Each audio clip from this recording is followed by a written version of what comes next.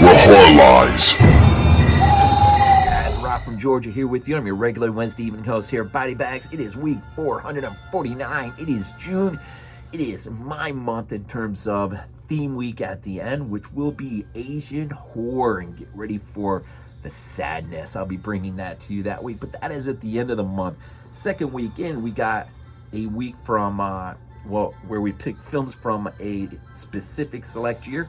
And this month will be 1979. But now this week, it is random week. And I remembered, wasn't sure what I was going to do, but I remembered there was a movie that has never been done on BodyBags. And someone went ahead and decided, to throw a little spotlight on Vestron Video. Of course, we are talking Sundown, a Vampire in Retreat, 1989 Anthony Hickox film. Man, what a... I'm just going to be dead honest, man. I wasn't sure what to think the very first time, but by the time I got into my second, third, even fourth viewing, and then I started to soak up a lot of the extras, dude, my opinion changed. And it changed about as fast as it has ever changed on any movie. But anyways, this is, as I said, a Vestron release, which needs to be just a moment. If you remember the 80s from like, I was like 86 to... 92, Vestron was a thing, right? Putting out movies like Slaughter High, Waxwork, of course Sundown would be, I think, at least according to IMDb trivia, the last film that they would release before they went bankrupt. Although this film never got a theatrical release, really didn't even get a video release under Vestron. It wouldn't be until Lionsgate came in and ultimately would start releasing, or some of these movies would start seeing their video release. But Lionsgate is the one. Once this company went defunct, Lionsgate would soak it up, just like Lionsgate soaked up Anchor Bay. But in the year, let's see, I'm just looking at my cheat sheet here. I just wanted to say, I almost forgot. In 1988, Vestron, when they were still a legitimate company, had U.S. distribution rights of that foreign film, Amsterdam. Don't know how many of you out there know that, but that is interesting, and that is a fun movie. But in 2016, Lionsgate went ahead and put out what they call the Vestron Video Collection Series. And this is what you see occasionally in Walmart. I've only got a few of these. But like, they released Waxwork double feature, Shivers from Cronenberg, and this is a real gem, boy. If you could ever get your hands on this and you do not own Dagon in your collection, this is a phenomenal release. Now, this is the one, I had to get this online, but these other ones I have picked up in Walmart at really good prices, man. I'm talking $12 and change kind of price.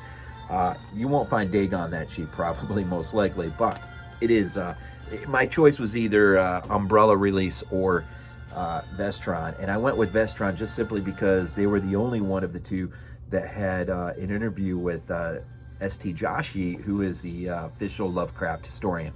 And of course, if we know anything about Dagon, that is based on two Lovecraft stories. Anyways, enough of that. Sundown, basically, if you've never seen Sundown, and you may not have, it's interesting. It is really a, first and foremost, it is a Western, but it is a horror vampire, clothed in a Western type film. Even the soundtrack, you can hear Richard Stone. This has got like a real heavy sort of Jerry Goldsmith or that kind of, it has a over the top, like when you're listening, when the movie kicks in and you start watching and this score kicks in, you're watching a Western, right? For all intents and purposes. The film really deals on this small town out in the middle of nowhere called Purgatory, where one Count Marteluk, and I'm going to be careful, there's a couple spoilers I don't want to give away in case chances are maybe pretty good you've never seen this film. I don't want to ruin, there are certain reveals towards the end of the movie that make it very worth waiting to see revealed. So you have one Count Marteluk who he decides, you know what, it's time to get with the times and stop fighting against things. And so he grabs up as many vampires as he can, and he goes out to the middle of this town, and they're able to get their hands on plans for a sort of like a artificial blood processor, right? And so they go ahead and build this thing, and the idea basically is start a new life, avoiding the necessity of necessarily attacking humans anymore. And this is their way of sort of evolving so that they can eventually meld into society, I think. So Purgatory is their time of weaning themselves off of human blood, in the sense that maybe at some point they'll be able to just go out and live amongst people again without feasting on people. Now, of course, we got David Carradine plays Count Marteluk. We have one Bruce Campbell in this film who plays well, Van Helsing, but he's sort of like the lineage, right? He's like the great grandkid of the great grandkid of the great Van Helsing, who has been hunting vampires, and specifically he's got his eyes targeted on this one Count Marteluk, who apparently had a run-in with his family eons ago too. And so, but basically you've got Jefferson, I think it's John Ireland plays Jefferson, who decides to create a faction of vampires who are going to rebel against Count Marteluk and vie for supremacy because they want to go back to feasting on blood, right? And so they're going to, you see him on the TV there for a second. And so, you know, the plan is revolt, and if necessary, kill all the vampires that don't want to join their cause, and they can go back on. So you've got this, basically the civil war that is brewing, right? You get this family now. This family comes in. David, Sarah, I want to say Sarah, it's like Gwendolyn and, Juliet, Gwendolyn and Juliet. You got a family, mom and dad and two daughters. The dad is the original creator of this artificial blood processor. And there's a guy there named Shane, he was sent there initially to help build this machine or whatever. For whatever reason, there was a mistake involved, and they can't quite keep up the level of production that they need. So eventually, they need to call in the original creator of this thing, which is this guy who Shane has had a run-in with his wife apparently in the past. So that creates a wrinkle of sorts. And so Shane is really one of your really big bad guys in this thing.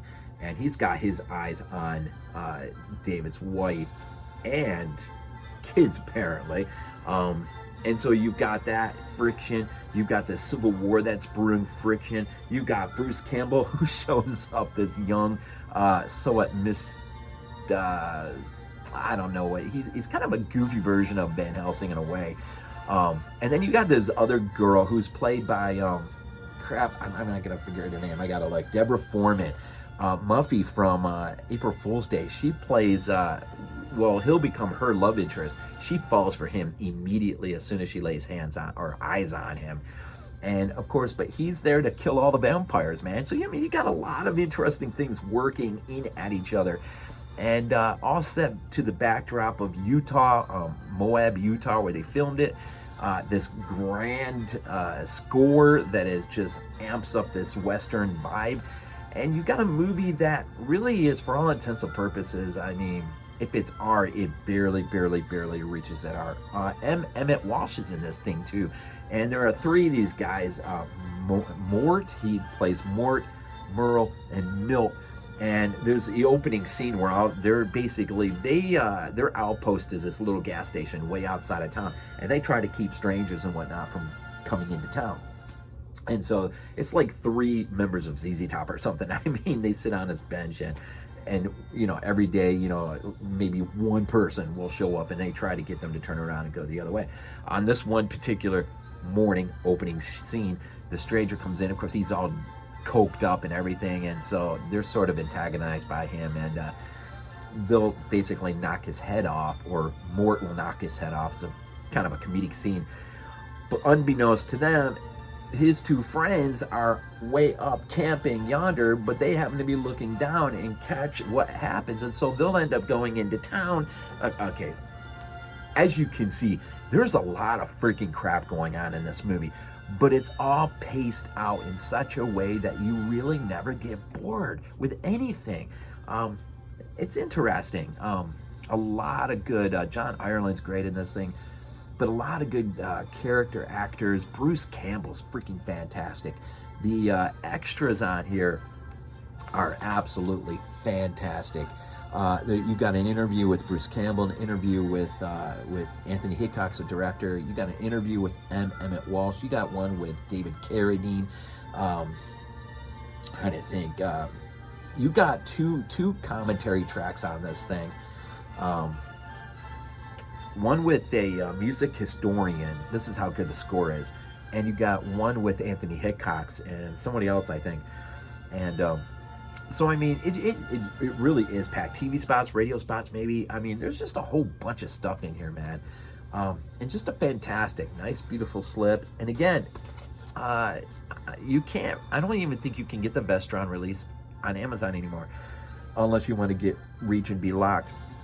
But if you keep your eyes open at Walmart, you go through the movie section, you will find one or two Vestron selections. And I know this one's been up there forever sitting on the shelf. And this is really worth it. Along with the reveal at the end, there's sort of, I want to say sort of multiple reveals, I guess. It really does end in a very, very satisfying way, in a new way. I don't know if I've ever seen a movie end quite like this in how it does.